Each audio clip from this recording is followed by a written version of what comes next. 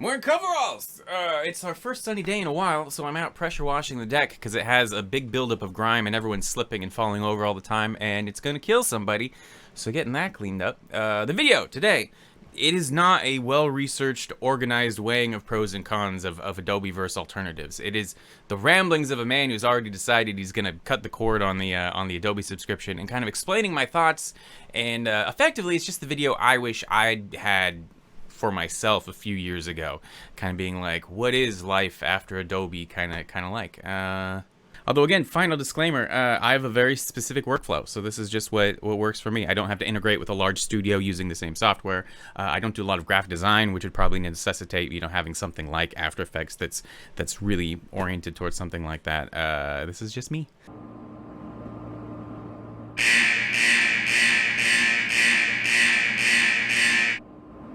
I got an email. Oh, it's a new email from my friends at Adobe. I wonder what they're gonna say. The price of Creative Cloud is increasing to $60 a month. Well, that's great. Every single thing in my life is just trying to get as much money out of me as they think they can get away with. I think it's kind of gross. And it's not just the tools, being able to use the programs, it's also being able to open up, the last 24 years worth of project files that I've made, that I have sitting around on my hard drive. Except I've been spending the last year trying to use other tools. I actually really infrequently use the Adobe stuff now. And so I thought today I would talk about what I'm using instead and how to prepare for canceling, and maybe we'll get all the way to finally canceling this thing, and then maybe we'll talk about give ourselves a little treat. And I know I'm being melodramatic because I'm kind of letting this be a microcosm for just all of this stuff, but I feel like they know they kind of have me in a stranglehold. This feels like extortion. Adobe used to be the tools of all the indie people I knew would use, and now it's just they just keep kind of raising the price as much as they think they can get away with. Hey, good news, Adobe here. We added generative AI to a ham sandwich. Why are we doing this? Anyways, so here we are in MS Paint.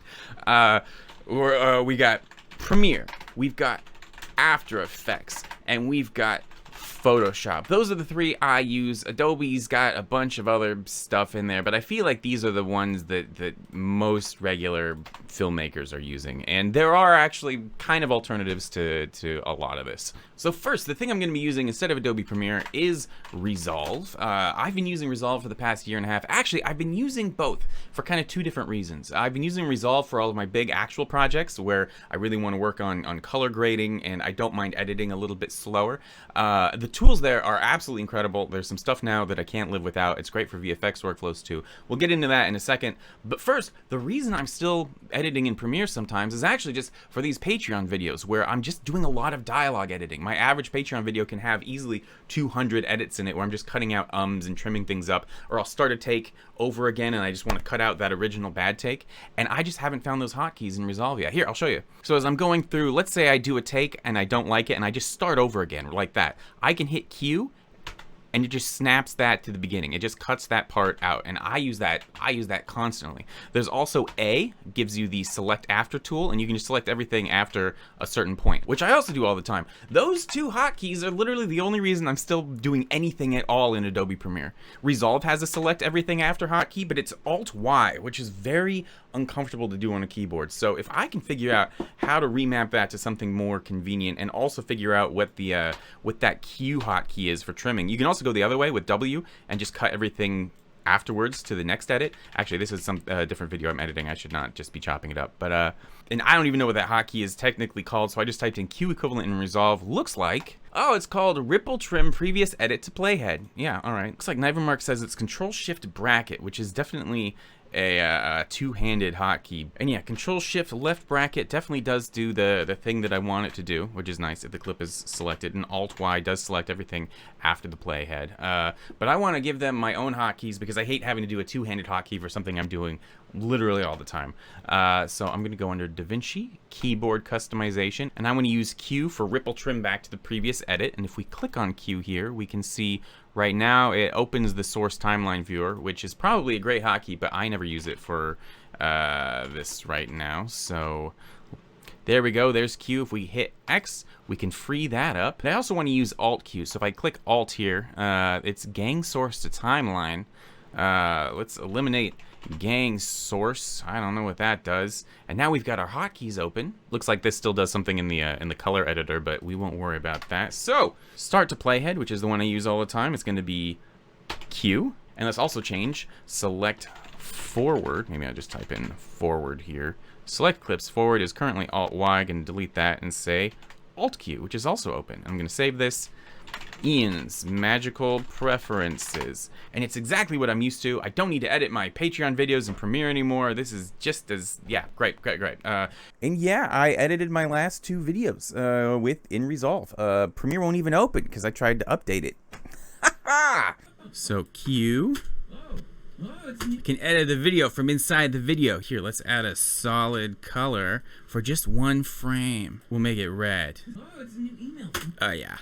But there's still the question of how do I open my old Premiere project files if I no longer have Premiere? And this one actually has a fairly easy solution because edit files are actually fairly interchangeable. It's just which clip, where are you starting, where are you ending, and as long as that's all you want, Premiere actually lets you take that in and out really easily. Here, if we go File, Export, XML, Final Cut Pro XML, and we'll name this to be like My Timeline. And you can see it was able to export that out of Premiere in like literally a second. It's just a list of clips and in and out points. It's like MIDI. In Resolve, we're going to go File, Import Timeline. There's my timeline. Let's import it. We can name it to whatever. Ha ha ha. Okay. And look at that. Here's my Patreon video right here in Resolve. And I can still trim it using my new hotkeys. Okay, that's great. And it looks like there's actually different formats you can use for transferring project files between applications. EDL, XML, AAF, and they all let you take different types of data. So if you're going to be doing a lot of this, I recommend looking it up yourself, aka I don't want to remake somebody else's tutorial that I just watched. And despite all my bravado, I do feel guilty. Like, I've used Premiere for the better part of a quarter of a century.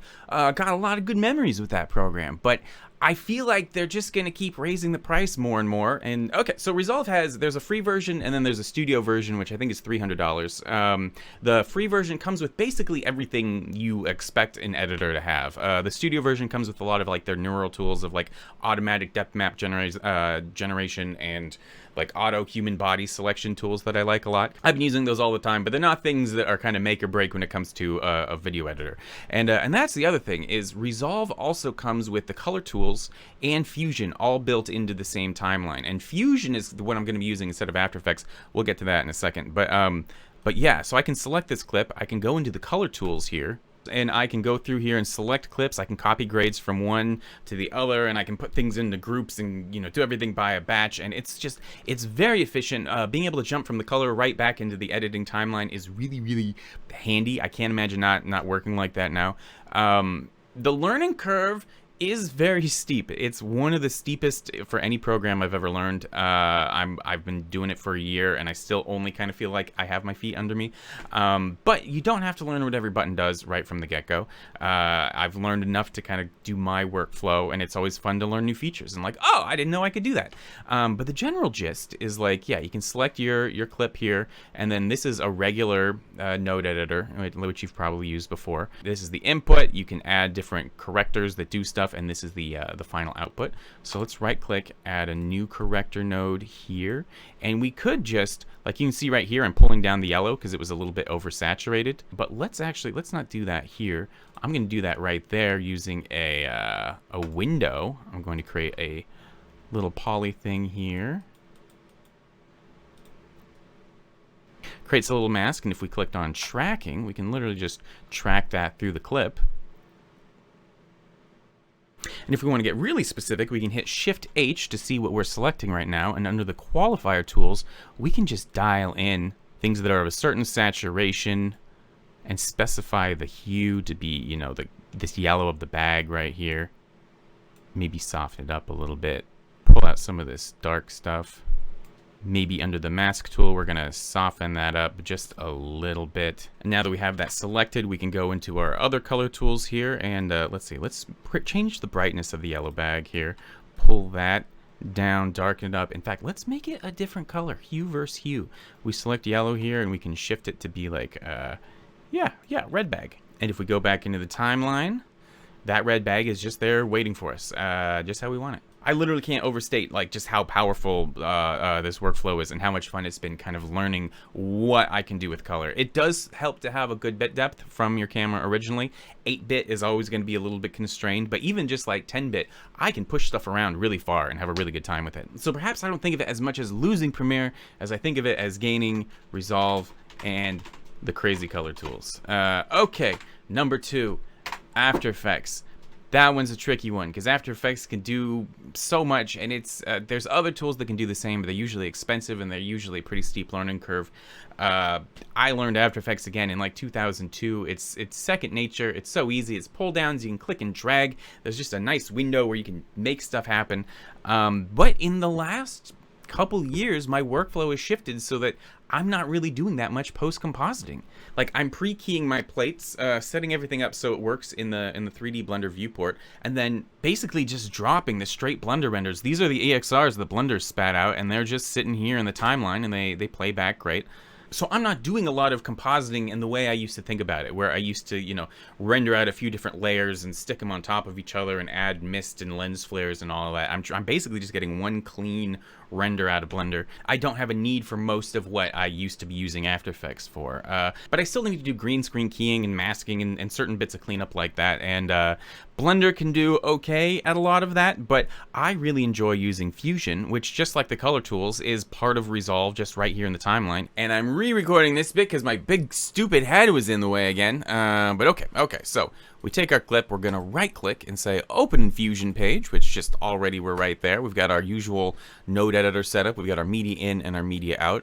Right now it looks kind of high contrast, and that's because I'm rendering everything out of Blender into linear EXRs, just because that means it gives me all the data and I can transform it into whatever I want. Like, let's do that here. If I hit Control Space, I can add a new node, and let's do a color space transform where we say, look, I know you're Rec 709, or I think it's technically sRGB, don't think there's a difference, linear EXR, but let's convert you into a Sony S-Gamut 3, S-Log 3, and now this looks exactly how it did when I was shooting it originally on the camera. I can grade it with everything else, and it also makes it slightly more pleasant to look at. Okay, so let's say we don't like this bird poop right here. Honestly, I love it. I kind of want to add more bird poop, but yeah, let's say that. Let's add a planar track right here, and we'll just kind of track this flat surface. Do that. Set our reference frame, and let's track the end. It's very fast. Go back to the reference frame, going to track to the beginning. And if we change it from track to steady, you'll see it actually locks down that surface, so it just doesn't move and the entire rest of the shot moves around it, which means we can just add a paint node here. And let's make this a clone tool. And if we alt click, we can set a target, or here, let's do it like right here. And we can just clone tool in our new little thing. In fact, let's get rid of this guy over here too. And then we can copy and paste this original planar track, slip it in there, and if we check invert, it'll give it the original motion back, and we just easily clone tooled out the that bird poop. Although, okay, so there's always something weird that happens. It's like, why is it doing that? And because we're kind of stabilizing it and then like painting it, it kind of ends up cropping it. So we have to put the footage back over itself. I'm gonna do that with a merge. And there's a million hotkeys where you can just hit a button and it sets up all of these things you do frequently. And so I'm still playing on hard mode here. Anyway, so I'll put this into the foreground of the merge, and I'll put the original footage from the background behind it. And now we've got our whole shot right here with no bird poop. And I like this example because you can do this in After Effects, but it's not quite as easy. And here, what else should we do? Oh, and here I'll take my color space transform, and I could just delete it now that we have all the tracking done and everything, but let's also just swap it and it'll reset it back to how it originally was, so it'll fit perfectly back into the grading workflow. And I just like that you can flow everything from you can just have it all there and update anything at any time. Also, a million thanks again to Zeke Faust, who sat me down and like forced me to actually learn this stuff. He's great. Sometimes that means you don't get the greatest playback, but if you turn off the effects with this button here, usually you'll get your usually you'll get your frame rate back. So what will I miss from After Effects? It's very intuitive. I'll miss all the muscle memory and everything I've built up. I would say the roto brush, because that's a really powerful tool. Except I honestly haven't used that tool in like 4 years, just because I shoot things so I don't really have to roto. And also because Fusion and the color tools have magic mask. Like in this shot right here, she wasn't actually in front of this background. Here, if I turn this off, you can see it was this other thing, and I kind of blended it with the rocks a little bit. And that's often as easy as here. Let's open up Fusion. Let's use our magic mask here. We can just select some stuff, and it goes, okay, we get what you're talking about. If we change this to better and tweak the threshold a little bit, and then track it through, and you can see it's tracking through right now. And a lot of times this is as good as I need for kind of just a subtle augmentation in the background or something like that. It's not perfect, and I could definitely give it more love. I don't think it fully replicates the power of like Roto Brush 3 these days, but it's getting me most of the way there, and I don't have to babysit it much, which is nice. This is actually looking really good. Yeah, once you check better, this gives really good results. So yeah, now I just have them selected, and anytime I could go in and add more or subtract more by holding down Alt. Magic Mask might only come in the studio version, but considering it's a one-time payment of $300 and you get Fusion and Resolve together, and it's replacing Premiere and After Effects, that was a good deal for me. Now they're very big, but just in the wrong transform.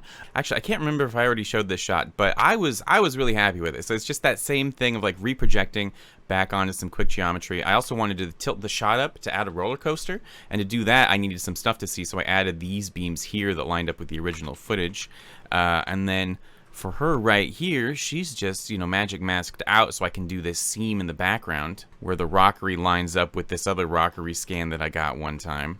And I've got this empty controlling a gradient that blends between the two, so I can kind of, I can scale it and position it kind of however I want. I was surprised how forgiving this was. Yeah, if we're in the material, you can see that this empty is just controlling the mapping of this gradient, which is controlling the mix factor between a transparent and the video shader. But yeah, I could imagine doing this exact type of thing quite a bit. Here, let's put some more garbage down in the ground here. Look at that. They'd never know. They'd never know. Like, I added all of this garbage down here. You had no idea. Haha. Okay, so that's Premiere and After Effects. What's left? Photoshop. And I've been grumpy at Photoshop for a while because it'll hog so much system resources, but when all I want to do is like zoom in on an image, it's like chug, chug, chug. I have to wait for everything, and I'm like, I can load a 5K image into Blender and just move around at 60 frames per second all day long. I'm like, Photoshop, what are you getting hung up on? I even do all my graphic design and stuff in Blender now. I'll set up a camera, I'll move it back, and I'll set it to orthographic, so there's no perspective, you're just looking straight on, and I'll just work in it like I would in Photoshop. Here, we'll add some text here, make it say whatever, change the fonts. You can do all the stuff you normally want to do. I'll usually give it like an emissive material to make it the color I want, which is a little bit more, annoying, but that's 90% of what I used to do in Photoshop. You can also go into the image editor, go into the paint tools, which give me the brush tools I'm used to. We got this, we've got soften, we can blur everything a little bit. There's a clone tool. I forget how to set the target, but you can do that. All that basic stuff. And the only other thing I really liked it for was the new selection tools that Photoshop has. I like this select and mask panel that you can just kind of drag around, and Photoshop is like, yeah, we basically know what you're looking for. That's really handy. Or you can use the refine edge tool if there's hair and kind of grass and certain soft stuff. It'll try to figure that out, like the glass right there. But if that's the only tool I'm using, I mean, I'm sure there's other selection tools out there, and there's stuff like GIMP and Krita. There's also Photoshop Elements, which Adobe is selling for a one-time thing of $100, and you get kind of like just the basic version of Photoshop without all the crazy tools that have been going on it, which I think they're releasing literally just to target people like me who are like, I don't want to be part of this crazy ecosystem. And it looks like for an additional $50, they'll throw in a stripped down version of Adobe Premiere, which is probably all I need, which is really enticing. That means for 2.5 months of subscription to their Creative Cloud thing, I could instead just own Adobe Premiere and Photoshop forever. I don't have to go scorched earth and just never open my old project files again. I get all the tools I want from Photoshop. I think Elements includes all of their selection tools and all of that. Yeah, I might do this, which means that for $450, $150 plus $300 for the studio version of Resolve and Fusion, I can stop paying $60 a month for Creative Cloud and feel really, really good about it. So yeah, thanks for coming along on this little journey. I think I'm gonna get this and cancel my subscription. And I'm back the next day, and they're now saying $100 for both of them. So yeah, okay. I mean, sort of. Honestly, I don't trust them, and I kind of feel like whatever they're doing here, they're secretly just doing that to try to get a hook in you so they can reel you into other stuff. Like, I want to make sure this isn't a sneaky, like, oh, you can only export up to 720p footage or something like that. And I ended up going with the $100 Photoshop Premiere Elements deal, and Photoshop Elements, everything I wanted. Just this light, fast, little zippy version of Photoshop that still has all the selection tools in it. Great. Premiere Elements, shame on me. It should have done my research better. Obviously, it can't open Premiere Pro project files. And so, yeah, I just have this, very basic stripped down video editor now that I'm probably not going to use. Just going to go with my original plan of exporting all the XMLs out of Premiere Pro for the next month while I still have it. Not kicking myself too hard because I got both of them for the amount I was planning on spending on just Photoshop yesterday. So, yeah. And my plan for this video was going to be going all the way up to the point where I actually, go to the Adobe website and unsubscribe. And they're like, oh, no, don't leave. Here, we'll give you this deal for a couple months or whatever. And I'm like, no, Adobe, let's do it. So they make you buy the subscription 1 year at a time because they're evil. So I'm still subscribed until, okay, yeah, just until March. And they know. They're already throwing deals. Actually, anytime if you're subscribed to them and you're like, hey, I'm thinking about quitting, they'll be like, great, here's $10 off. If you try to quit on like Black Friday, I think they usually give you like 50% off for the next year. They just wanna keep you. But no, we're gonna change our plan. Cancel your plan. Yeah, that's the plan. 2 months for free. That's a pretty good deal. Confirm cancellation. And it's done. I'll be back. They know I'll be back.